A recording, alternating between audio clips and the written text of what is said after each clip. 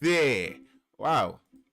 Good evening, good night, and welcome to Mindful Live 134. I'm your host, Nathan Springer. Thank you for being here. It is the 10th of the 10th, 2022. The year is progressing well.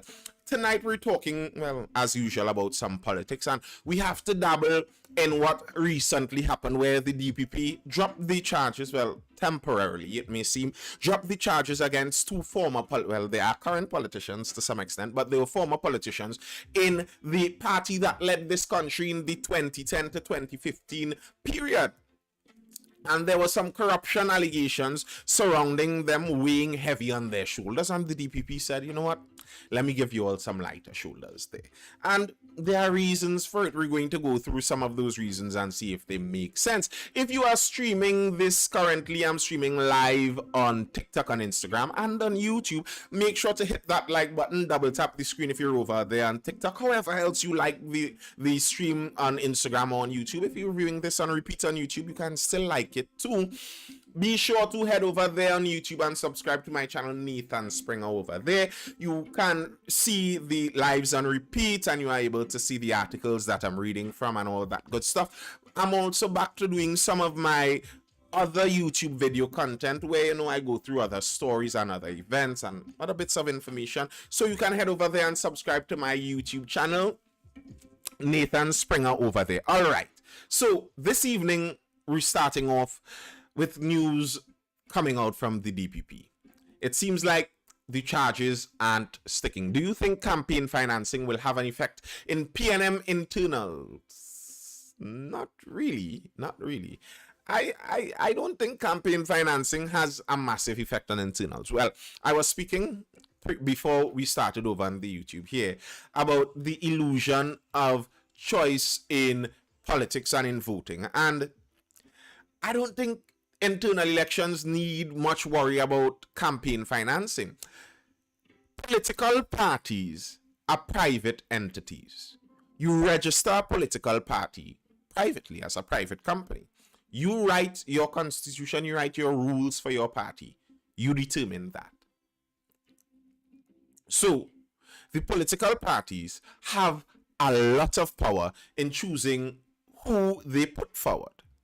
Now, the vote in countries where elections are fair, the vote does make sense, you know. You do go out there, you do vote, they do check the vote, your votes do matter to some extent, but the choices are controlled. If the choices are controlled for you to only two choices selected by two private corporations that have been in existence for quite a long time, then you don't have much of a choice. Internals is a popularity contest. Well, kind of all elections to some extent is a popularity contest. Good night, Wendy Lee. But internals is a popularity contest among the faithfuls. That's an interesting thing. You have to be most popular among the people who are most loyal to the party. That's how you win elections. That's how you win internal elections.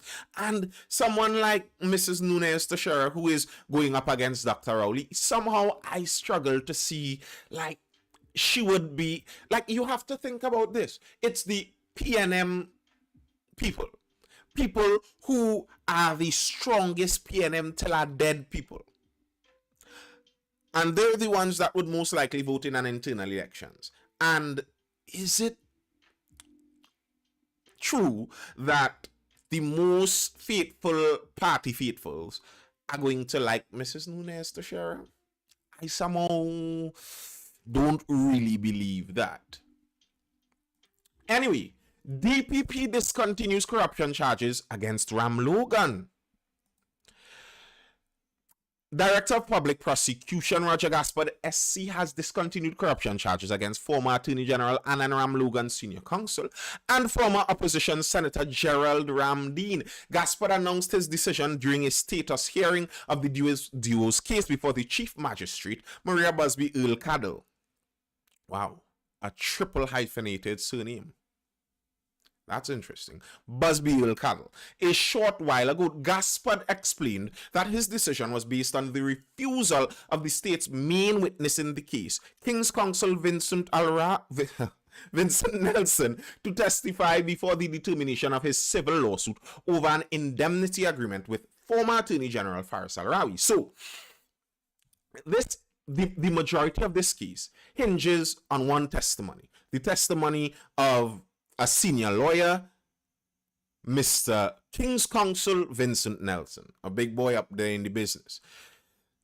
In the lawsuit, Nelson is claiming that the agreement was given to him before he agreed to implicate the duo and was subsequently breached. Gaspard stated it would not be fair to have the duo in limbo while Nelson is pursuing his litigation, and noted that the charges may be reinstated once it's completed. So here's what's going on there. Mr. Nelson is the chief, well, the only real witness in this case, the main state witness. He is the one. He is the one who was actually in there doing the corruption. You know, he was the one who passed the money. So he knows who he passed the money to. Now, he was already charged for this, given a fee to pay, and then he worked out a deal with the Attorney General's office, where what he's going to do is he's going to testify against the others involved, and they're going to give him some pardon on some of his well, at least on one of his charges. And now he is saying that the fee that he has to pay based on the charge, he wants indemnity on that too. I don't want to have to pay that fee either, says Mr. King's Counsel Nelson. On May the 2nd, 2019, Nelson, Ramlogan, and Ramdeen were slapped with 3 corruption charges. The trio was accused of conspiring together to receive, conceal, and transfer criminal property, namely the rewards given to Ramlogan by Nelson for being appointed to represent the state in several cases, of conspiring together to corruptly give Ramlogan a percentage of the funds, and of conspiring to make Ramlogan misbehave in public office by receiving the funds. So, the main allegations are that Mr. King's Counsel Nelson, he's a lawyer, he's an attorney, he passed some money under the table. The allegations are, it is alleged, he passed some money, passed a little something to grease the wheels so that the Attorney General, he would have been Attorney General back then during that time period, he would have sent some of the state cases the King's Counsel's way. And if any one of you paid attention at some of the post-mortem of the People's Partnership, listen. There are problems involved in many governments throughout Trinidad's history. But the People's Partnership has the unesteemed privilege of probably being the most thieving, or at least known as the most thieving, and I have to pronounce that TH really sharply here, the most thieving government Trinidad has ever seen. Yo, the Cuba Lord just passing through to show some love. Much love, sir. Hold it down in Cuba, make sure things going good in Cuba. And I heard that Cuba has some paving and things to go back on. Yeah, man, I'm glad to be back too. It's a pleasure. I'm hearing that Cuba has some paving to do, and seeing as you're the boss of Cuba, you're the lord of Cuba, Sir Cuba, make sure that all of that goes on well. Let's not forget the representing dead men too. Well, that was, listen, the bacchanal that was surrounding that People's Partnership was heavy. The bacchanal was heavy, some heavy bacchanal.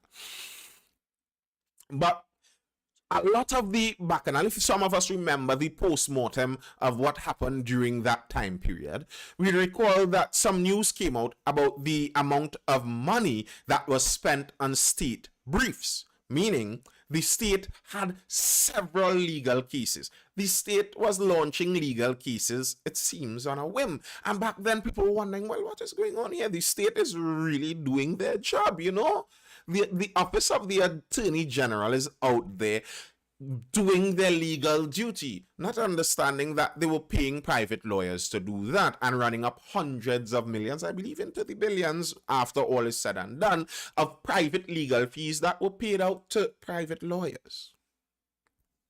And after doing all of this, they caught them, it seems. And Mr. King's Counsel Nelson admitted, yes, I did indeed pass some money, and I did indeed get a state brief for that. It doesn't seem like that is really in any question here. It was later revealed that Nelson had entered into a plea agreement with the DPP's office, in exchange for his testimony against Ram Logan and Ramdeed.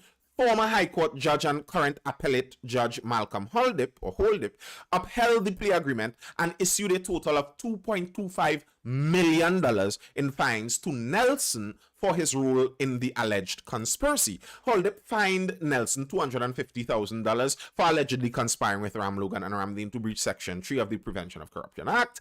He was fined $2 million for allegedly conspiring with the duo to breach Section 45 of the Proceeds of Crime Act, which criminalizes the concealment of the proceeds of crime. Under his plea agreement, the conspiracy to commit misbehavior in public office charge was dropped. That was his plea agreement.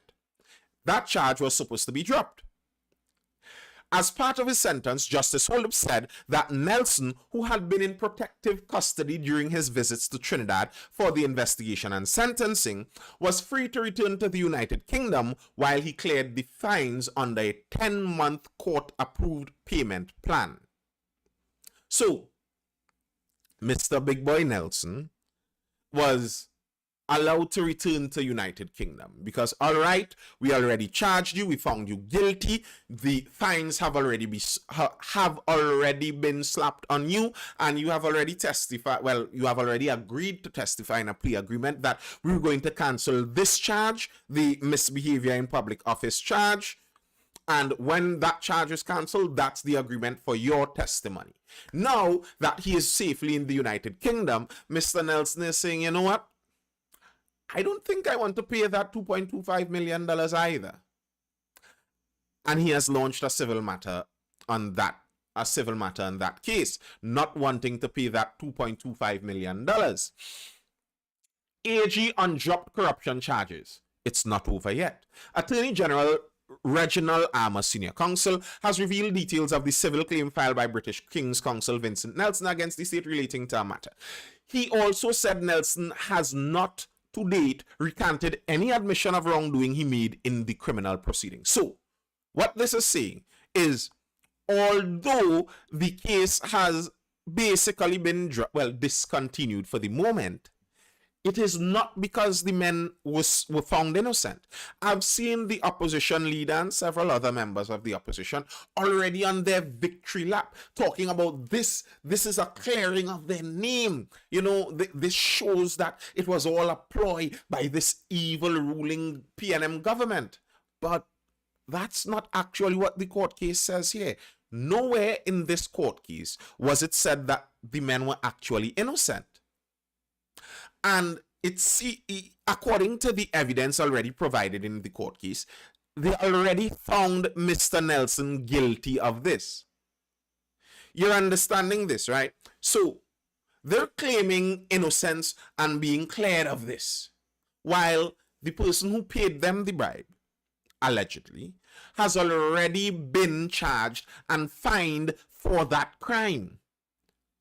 So he has already been found guilty of a crime, and his co-conspirators of the crime that he has admitted to committing have yet to face their day in court. And the reason is because it's held up in the High Court while he files a civil matter. Now, all of this rings suspicious to me. I don't know if anything is planned. I don't know who has an agreement. If anyone is doing anything on purpose, I don't know. That's not what I'm talking about, anything I know. I just find it looks suspicious.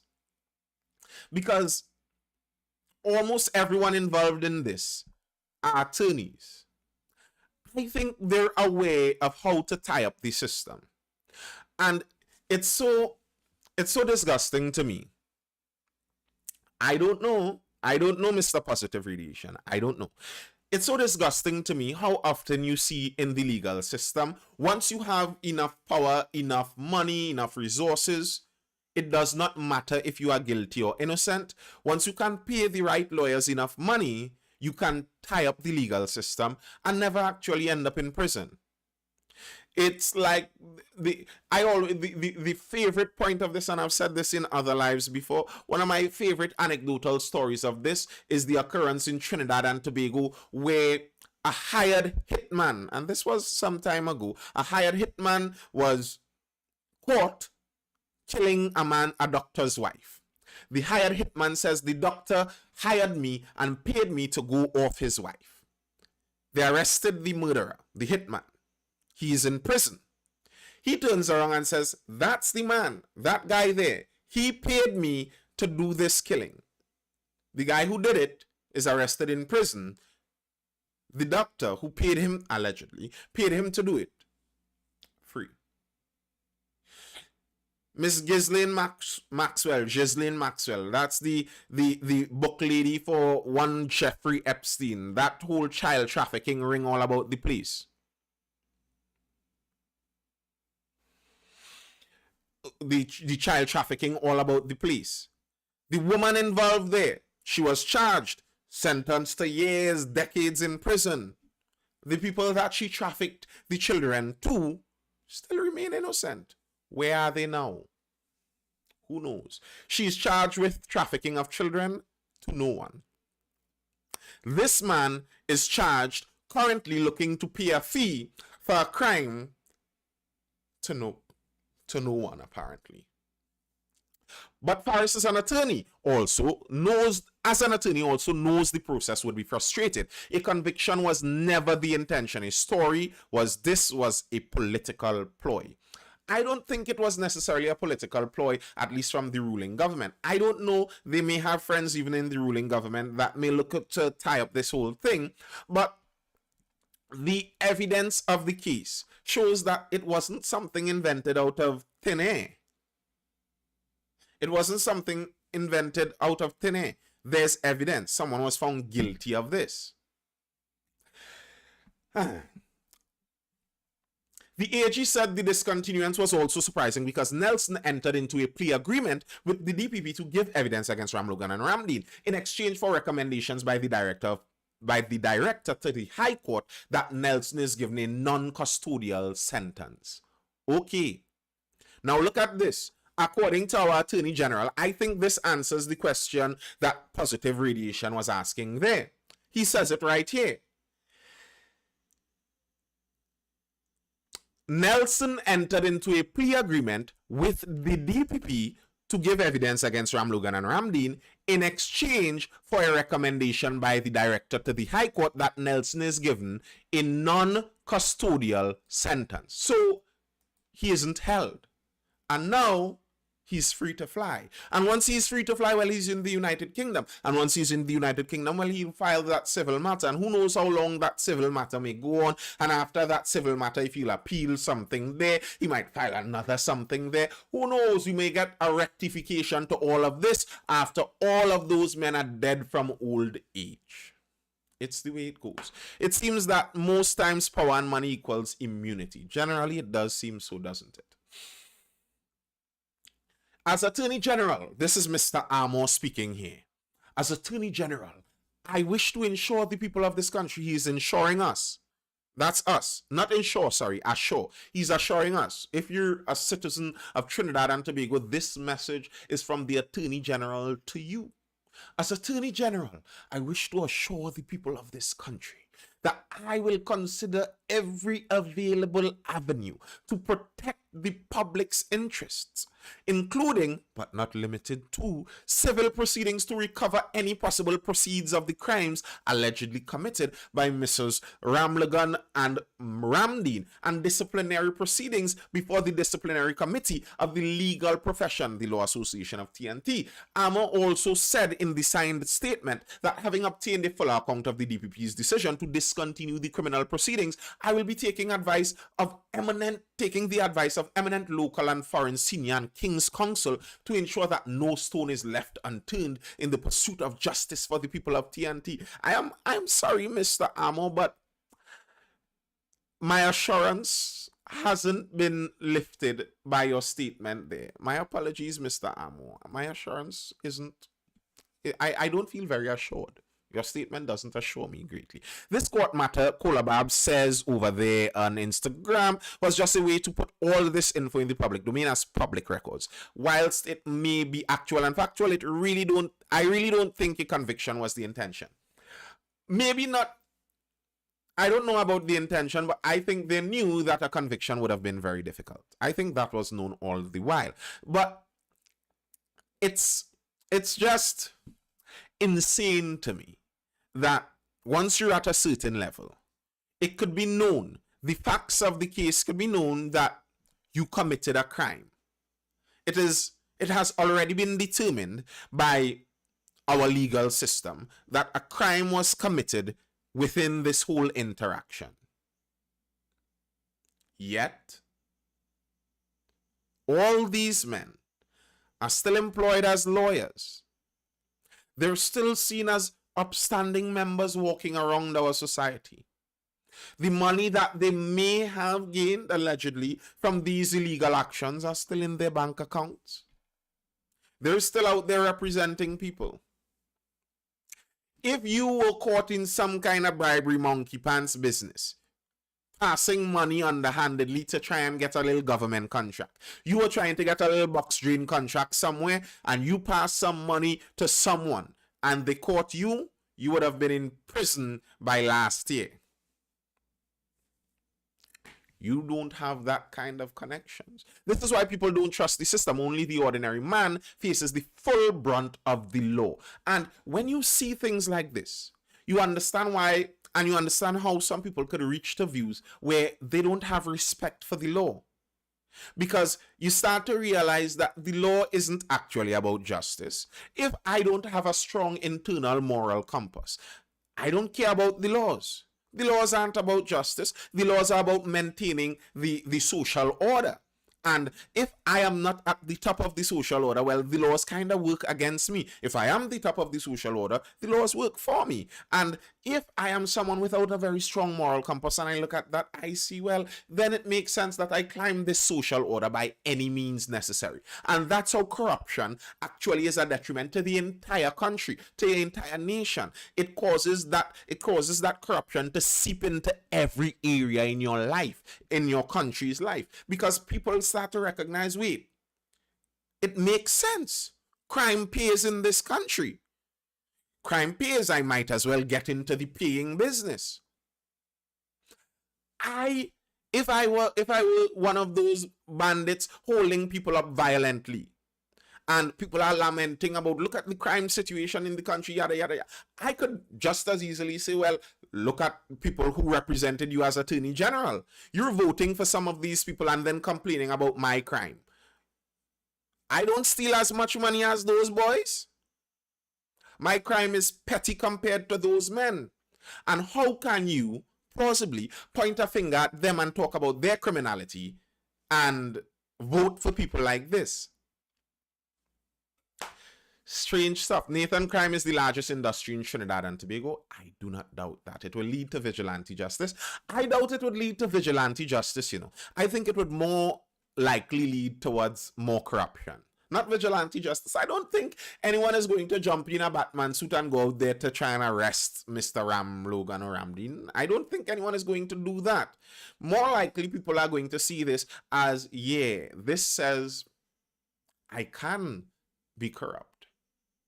That is the modus operandi. And speaking of corruption, just by the way, UNC's David Lee, businessman, in court on fraud conspiracy charges. UNC MP for Point of Pay, David Lee, and licensed firearms dealer Hugh Liangpoi. Licensed firearm dealers right now are in a bit of trouble, because I've heard that the police are knocking on doors right now, going around to these licensed firearm owners and seeing if everything is above board. Appeared before the chief magistrate on Monday for the first time since they were charged last month. The two appeared virtually before Chief Magistrate Maria Busby Earl Caddle, same lady, on charges of conspiring to defraud the state of $1.4 million in motor vehicle taxes. The charges arise from the purchase of a $2.3 million Mercedes-Benz AMG G Series 63 car, that's more like a van, from New Zealand. Listen, and when you read things like this, you recognize that many of these people could easily afford the $1.4 million extra in vehicle taxes. It's not like they can't afford it. Many of these people are sitting down on millions of dollars anyway. But the corruption is already so inbuilt in our society that people who are already millionaires see that, you know what, I don't even need to pay something like this. Like, to me, what's the reasoning behind giving tax breaks to the wealthiest, most powerful members of our society? I've lamented about this many times, and I know some of the supporters of politicians like to come in and speak like if the politicians deserve this tax break. But that makes no sense to me. You are giving tax breaks. Taxes are, the idea of taxes is that all of us in this country pay money, we pay in money to a pool where we all benefit from. And the general idea most progressive tax systems have is the more money you earn, generally speaking, the more you pay into the taxes. That's what we consider fair in the tax system. An assumption with that is the more resources you have, the more resources you pull from the system. So if you have multiple trucks on the nation's roads, you will be using more of the nation's roads, so obviously you should be paying more taxes. That's the kind of reasoning behind the more you have, the more taxes you pay. But so strange, if you have enough that you can enter into political power, then you get a tax exemption. And tax exemption on luxury vehicles. Like, what is this? And then the audacity of people who sit in posts and positions like this. I remember hearing Dr. Rowley talking about reparations and the royal family and the monarchies and speaking negatively about that. But these people have the same attitude as those monarchies and royal people of old. They believe that they deserve a more special treatment than you. Listen, I'm not envious of anyone. If you are a businessman and you go out there and you take the risks and you earn more money for it, then by all means, get more money for it. I'm a pretty capitalist in that way. More power to you, sir or ma'am. You do your thing. But we're not talking about people earning resources here. We're talking about giving them a tax break of $1.4 million. Okay, this is seen as some corruption because allegedly he bought the vehicle, and ever since he bought the vehicle, it's been used by someone else. But I think the real scandal in this is that someone who was able to afford a $2.3 million vehicle was being given a $1.4 million tax break. And then we have Brian Manning coming out there and saying that people who drive vehicles using premium should not be given a tax break because that means you're driving luxury. So someone explain this to me. If Mr. Manning's reasoning is that Mr. Manning Jr., let's not put the deceased Mr. Manning in that, Mr. Manning Jr., if his reasoning is that if you drive luxury, you should not be given a tax break, what is his view on the tax breaks for the politicians and their vehicles? What do Adish Ram9 over on Instagram asks, what do all men with money and power only more money and power? You are right, politicians do not deserve any tax breaks. Remove all the perks and see how many of them want to be in that position. I agree. And many people like to talk about, you need to make it look more lucrative to attract the best people to that position. I don't agree with that. I don't think offering the most money is the automatic way to attract the best people to a political job. I don't agree with that. I think a political job, you may get the best people attracted to a political job if the pay was nothing. That means someone who is going in there, very likely they have a vision of what they want to see in the country, and that's all they're going in there for. This idea, like I've heard it before, you pay the judges and you pay them a big lump sum of money, and you make sure they are given housing allowances and they are given vehicle allowances. And the idea is that if the judges make enough money, they will be resistant to bribes. And listen, the person who came up with that idea is a liar. They are a liar and are saying it in big. The person who came up with the idea that if you pay somebody more money, they are more resistant to bribes is a liar. They're lying to us. That has never been the case. No time in history has it ever been that someone with the most money has less desire for money. That's not actually true. The two men charged in these allegations here are both very wealthy men.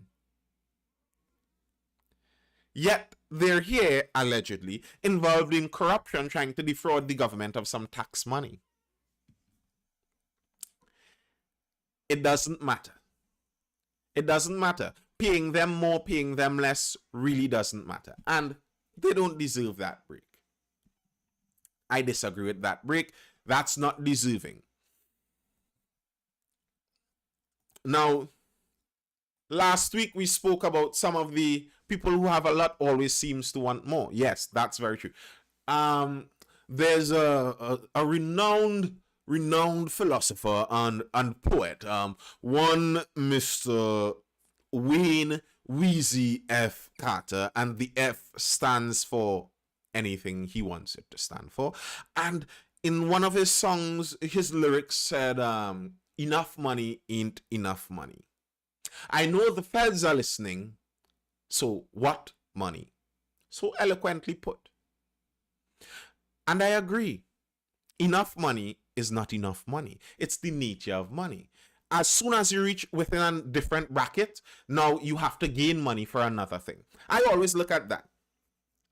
If I am in the $100 tax bracket, there are things I could buy for $100 that I have a yearning to get more $100 for. If I'm in the $1,000 bracket, there are things I can buy for $1,000 that makes me yearn for some more thousands of dollars. If I'm in the tens of thousands of dollars bracket, same thing. Hundreds of thousands dollar bracket, same thing. $1 million bracket, I make millions. I'm still there where there are things that I could spend millions on that makes me yearn for millions. Even when you're in the billionaire bracket, there are still things out there that you could yearn for that you can spend your billions on. Elon Musk just jumped out, what, 46 billion with a B dollars. Well, I don't think he paid it yet. He's supposed to pay it for Twitter, the online social media platform. There are things you can buy with your money. Regardless of how much money you have, you would always have need for more money. That's the nature of money. It is never enough. So the idea that you can give these people enough, and once they get enough, they will behave themselves and they will stop stealing from us. It's a lie. It's a lie. Don't believe them when they say it. But last week we were talking about some of the statements that our politicians made regarding the budget, or ruling government, some of the statements they made, and I found it interesting. I did a YouTube video on it today. I don't think he's buying Twitter again. He tried to come out of the deal in a court case, but he lost that case and the deal is back on. But then, now I recently saw that the deal was kind of back being iffy again, because, you see, part of the issue is a lot of people in Twitter don't want him to buy Twitter. Twitter is very powerful. It's a very powerful tool, especially if you have the control of it. Twitter, although it doesn't have the most users across social media, Twitter controls the news cycle. That's what Twitter does. Twitter controls the news cycle. Almost all of the journalists, the most well-known ones, are on Twitter talking to each other. The news breaks on Twitter probably first than before anywhere else on the internet, and they discuss their views there. They have the ability to, some people are kicked off of Twitter, some people are kept on based on the views that are raised up on Twitter or dispelled on Twitter. You could set the news cycle, and that's the power of Twitter. You have the power to set news cycles across the world. So, yeah, there are reasons he wants Twitter, and there are reasons people don't want him to get Twitter too. But yeah, I found it very interesting, an article I did for my YouTube video today. As I said, you can check out those YouTube videos over on my YouTube channel, Nathan Springer over there. And the Guardian went down south. They went down Labrie and found Tanti Shanti. They went and found Tanti Shanti, who is a subject matter expert on coal pots. They found her just to be able to rebuff Mr. Scotland's claims about coal pots being the best, being a good alternative. About coal pots being a good alternative. And listen, to be fair to Tanti Shanti, she made a really good argument out there. She said coal pots would be mashing up people's good living. Do not listen to this MP. He doesn't know what he's talking about. People, cook on your gas stove. it was a bad idea. And she rebuffed him. So if you're interested in hearing a bit about that story and how it joins in, the MP, by the way, Mr. Scotland, apologized. He desperately apologized. I find it ironic that he's apologized. Well, not ironic. It's kind of late that he's apologizing. Now, I think he should have put some of the thought he put into the apology. Now, he should have put it into what he was saying before he said it, but it is what it is. All right. Now, I saw more statements coming out from the budget that still seem to point to the fact that this current government does not seem to have their public utterances lined up. They don't seem to have the plans that they want to execute. They don't seem to have them framed and phrased in a sure manner. Here's why I'm saying that. Beckles Robinson, government still looking at work from home policy. Lots of mixed signals coming out with this work from home policy business. Good night, Shy Guy. What's going on, bro? Planning and Development Minister Penelope Beckles Robinson said government is continuing to look at the feasibility of a work from home policy. She made these statements during a meeting at the Standing Finance Committee of the House of Representatives on Monday. The committee approved an expenditure for $360,207,500 for the ministry in the coming budget. Asked by Couva North MP if the government is still considering a work from home policy, Beckles Robinson said there's an allocation of $1 million to the public administration to look at such a policy. I don't even know what to think about that. An allocation of $1 million to look at the work from home policy. What do you all think about that?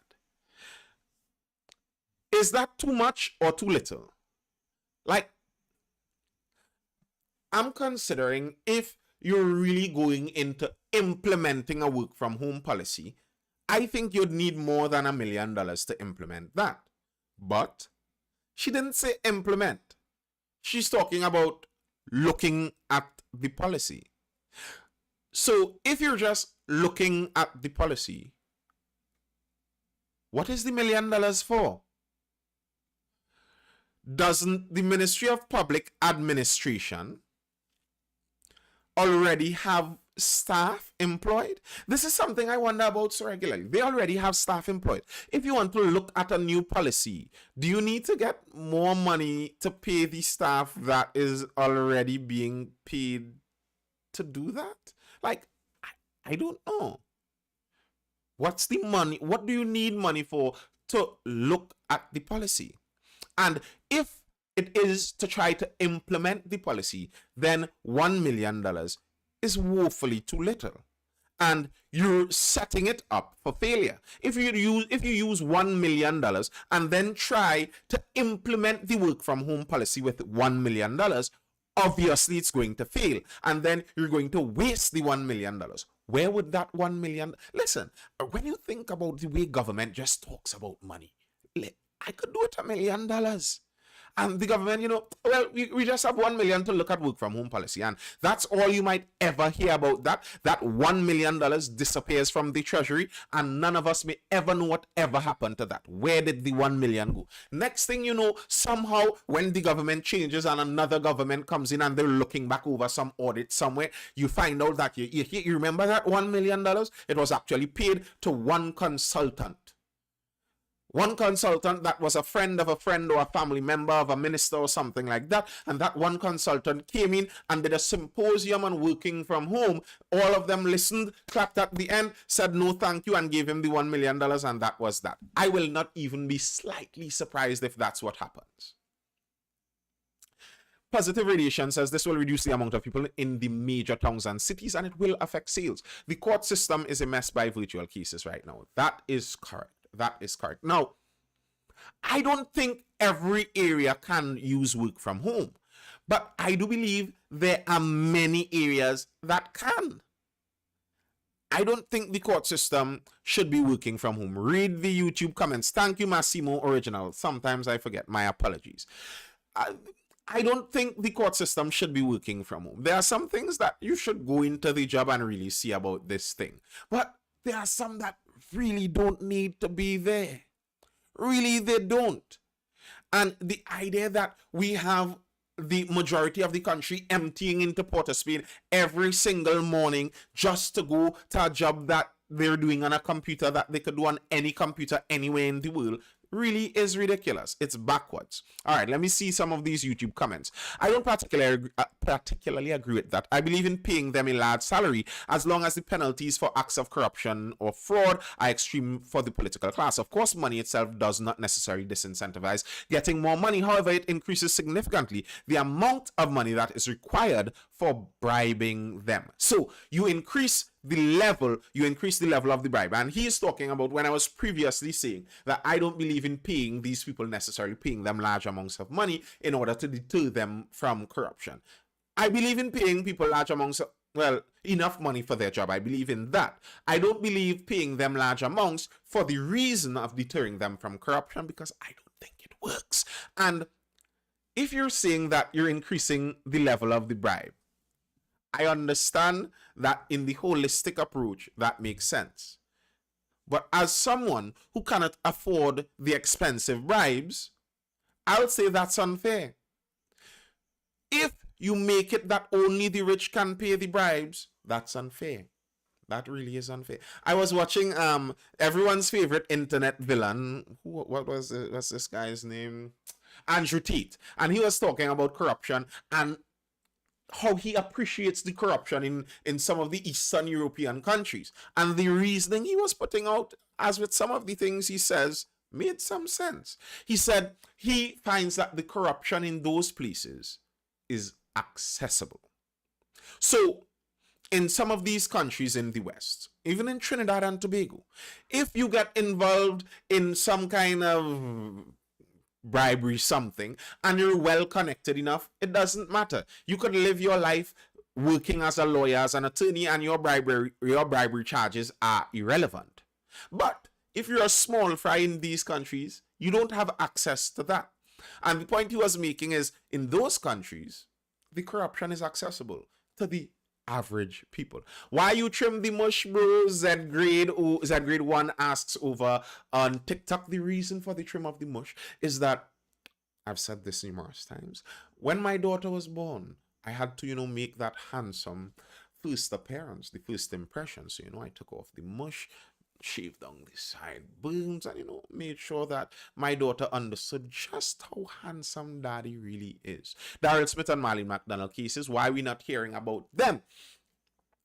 I spoke about Marlene's case recently.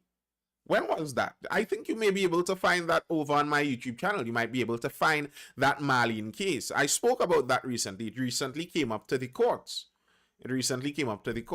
I do not know about the Daryl Smith case or where that is right now, but the Marlene McDonald case is ongoing. As you don't just have to pay for the right. Although different from Trinidad and Tobago, in many ways, policies that were similar to these that were implemented in Singapore have been successful. Okay, I could understand and agree with that. Singapore does have some success.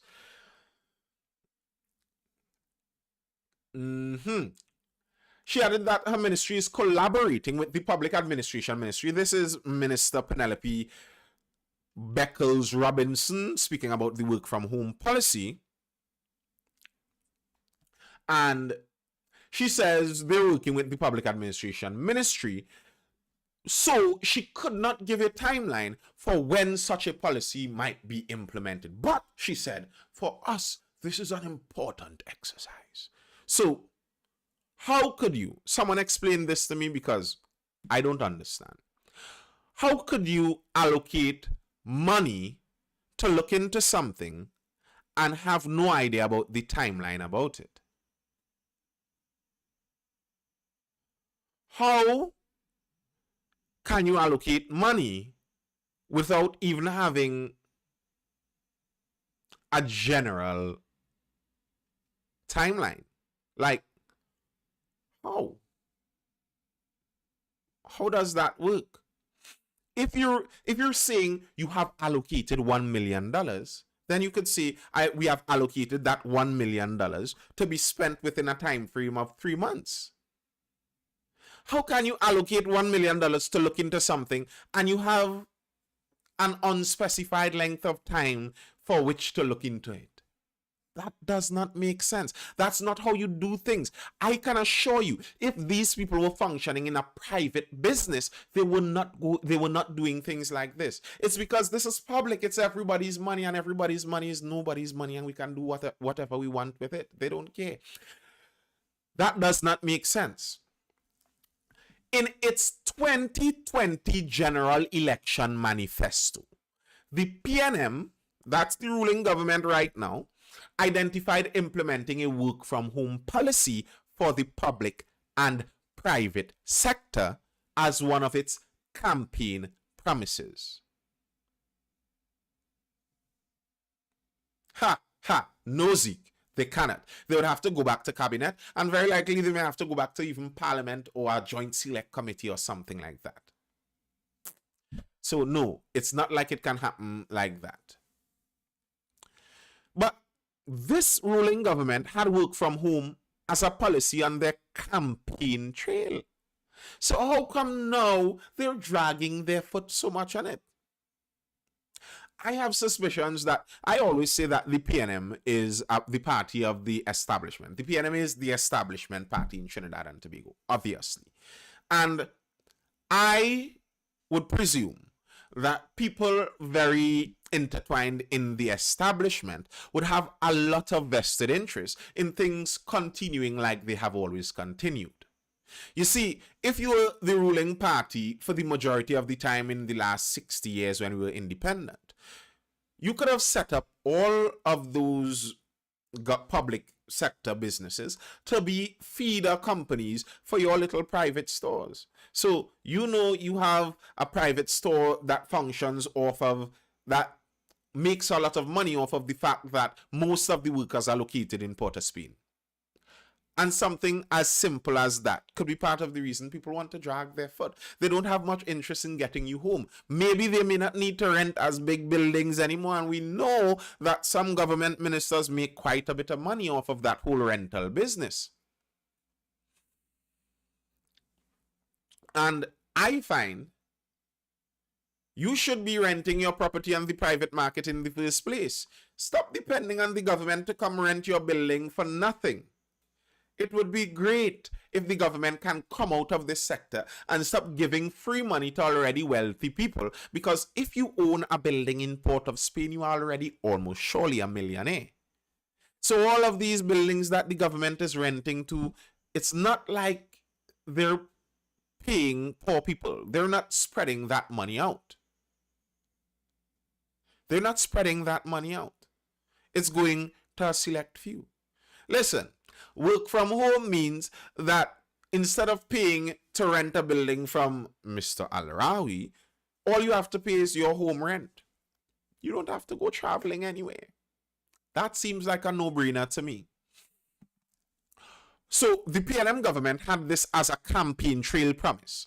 On March 9th, then leader of government business in the Senate, Clarence Rambarat, said a subcommittee comprising parliamentary secretaries and heads of departments of the Ministries of Planning and Development, Public Administration, Labor, Energy, the Office of the Prime Minister, and the Personnel Department were looking at this matter. Rambarat said the subcommittee's work at the time included research on the best practices and a survey done between September and December 2020. But at a news conference on September 26th, after Finance Minister Colman Wood presented the budget, the Prime Minister said the public sector was not ready for a major work from home policy. So, can someone explain to me? The group that Mr. Rambarat said was formed to look into this policy. What was the conclusion? And then, how can the Prime Minister be saying that, to quote him, I don't know that we are sufficiently prepared for that to be a major initiative? largely because it requires certain technical infrastructure and a certain level of discipline. Some people not even working in the office. So we have to be careful how we talk about that. Dr. Rowley noted that some private sector entities have work from home arrangements. That's true. Now, it would require technical infrastructure. Do you think most of our ministries, public service in Trinidad and Tobago, have the technical infrastructure already to run work from home? Like, let's be honest. Do they have internet and networking abilities? I'll say yes. So the whole technical infrastructure part, I'll say that's finding an excuse. A certain level of discipline, I agree. A certain level of discipline is needed in work.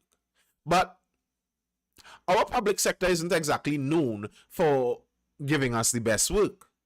So it's not like they're working in the office anyway.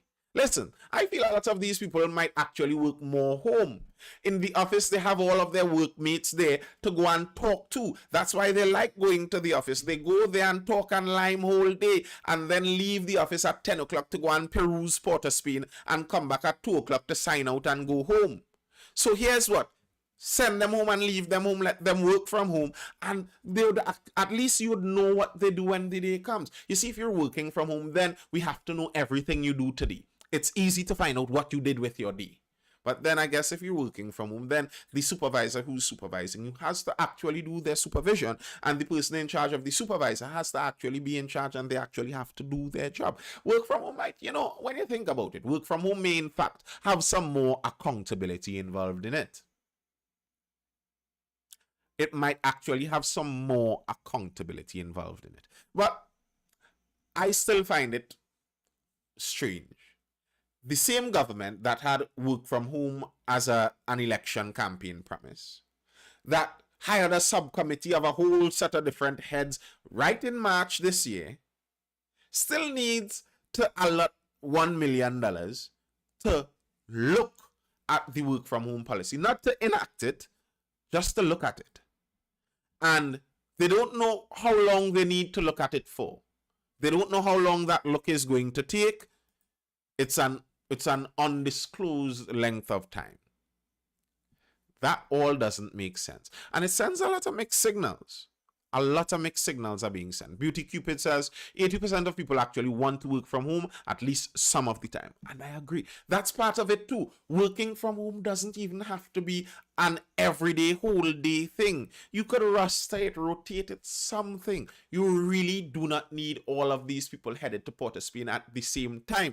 And if you're talking about finding ways to decrease the cost on people of fuel, not going to Port of Spain to work is a prime way to do just that.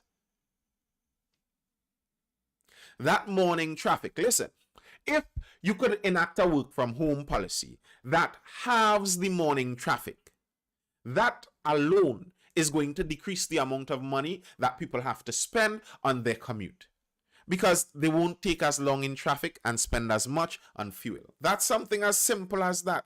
Who knows how much in fuel you may save the average person by just enacting some work from home policies. Please.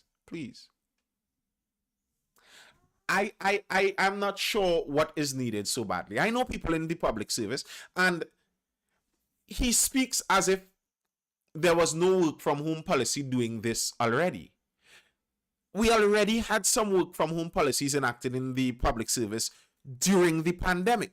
I find it kind of ridiculous personally for us to have shut down those policies that were already in place, and now we're going to look at it brand new with new eyes. Here's how I think sensible people would have done something like this. Since the work from home policies were already in place during the pandemic, we use those policies as a platform. Since those work from home policies were already in place during the pandemic, we use that policy, that whole thing that was already there, we use that as a platform to step off from. And from there, we could have created a work from home environment. Like, why would you shut down the entire work from home system that was already running and now you're going to struggle to ever bring it back. It does not make sense. And then we revert to the same inefficient public sector that we have always had. You know, something that maybe that I just thought about that may be part of it too. Beside the financiers and the rental of the buildings, etc., etc., work from home may make it painfully clear how overstaffed our public sector is. If someone is working from home and they have no work to do at home for the entire year, it kind of becomes painfully obvious that we don't need that person to be employed by the country. But if they all go and flood into a building in Port of Spain and are dressed all sharply and wearing their perfume and paying all that good money to Francis Fashion Shoelaker over there to get that nice fitted dress clothes, you know, you're looking sharp and everything, and they're there in the building picking up space and soaking up AC, then you could say that they are useful. You could say that they're doing something. But when they are home and you send home all how much ever tens of thousands of workers, it gets kind of real. What did you do for the day? What did you do for the week? What did you do for the month? What did you do for the year? Okay, this whole year you barely did anything. You are released. You don't need to be here. But Trinidad doesn't like that, unfortunately. Our government, our ruling government, once they have enough resources, they would like if they could hold every single person in the lower classes in Trinidad in that gimme phase. The government likes you to be a gimme person, you know.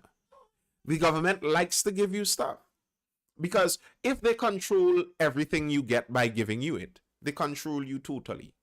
I prefer them give us nothing and leave us on our own personally. But they like that. They like that. Well, yeah, let's all come work for the state. The government is going to pay you. They'll get a nice job for you and put you inside somewhere. They like that kind of stuff. And it's ruining the country personally. That's what I think. 7 to 2 staff have 2:15 to renew ID cards. 2:15 to 5 to renew ID cards, licenses, etc.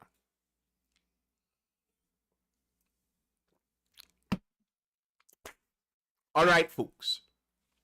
That's all I have for now. Any further comments or questions before I dive out? Some divisions are still utilizing work from home. I suppose it's easier to manage when quotas are used. Yes, like it's not rocket science. It really isn't rocket science to figure out a workable work from home system. That's really not that difficult. I'm not buying like it's some kind of impossibility to do. Like there are so many clerks inside of the public service. Nearly anything a clerk does, they can do from home. And most of these clerks aren't dealing with any sensitive government information. They aren't dealing with top secret stuff that they cannot carry home. You know, they don't really want people to find. No, it's regular stuff. Send the people home, let them type. Like, geez, you could type at home. It would have been perfect last week for the school aged. That's true. That's true. Speaking about school aged, before I dive out, Adisha's good night. Thank you, sir. Before I dive out tonight, as per usual, the Mindful Life was brought to you by Mindful Education. Head over to our page, mindful_education, over there on Instagram. Be sure to follow us. We are offering pod-styled classes from the age groups preschool straight up to CXC. And the idea of pod-styled classes, that's kind of a tongue twister sometimes, is that it provides homeschool styled learning where the tutors and teachers teach with that homeschool environment with very small classes, ensuring that children are able to pick up and grasp and they aren't lost in the whole madness that is the public education system. Really and truly, the aim is to get this running nearly parallel to the school system so that some people who may be interested in school from home could do some more of that, because more and more we're seeing more and more people recognizing that the public education system, this whole grab all the children and throw them into the same barrel and hope that they all do well, doesn't work for everyone, obviously. So if you are interested in that and you would like that for someone or for yourself, do head over to Instagram, mindful12_education, and follow us there. The contact information is there if you'd like to register. We also offer private tutoring classes if you are so interested. Also, if you're a teacher and you're interested in signing up, head over there too and follow us. Send me a message there with your resume and we could talk further on that. All right. Any further questions or comments, as I said, or is that all for tonight?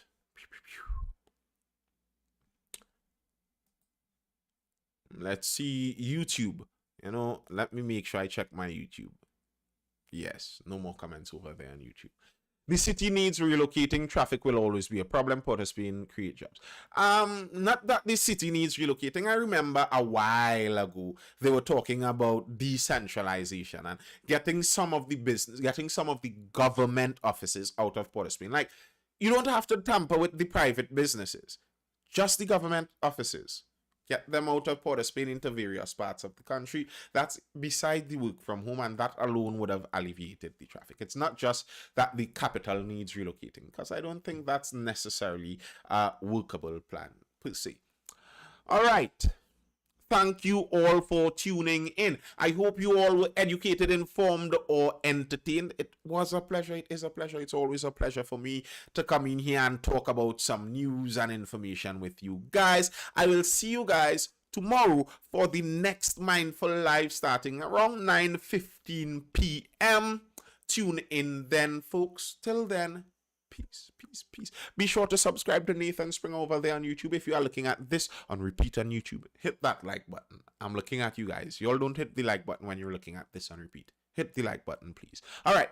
Peace, folks.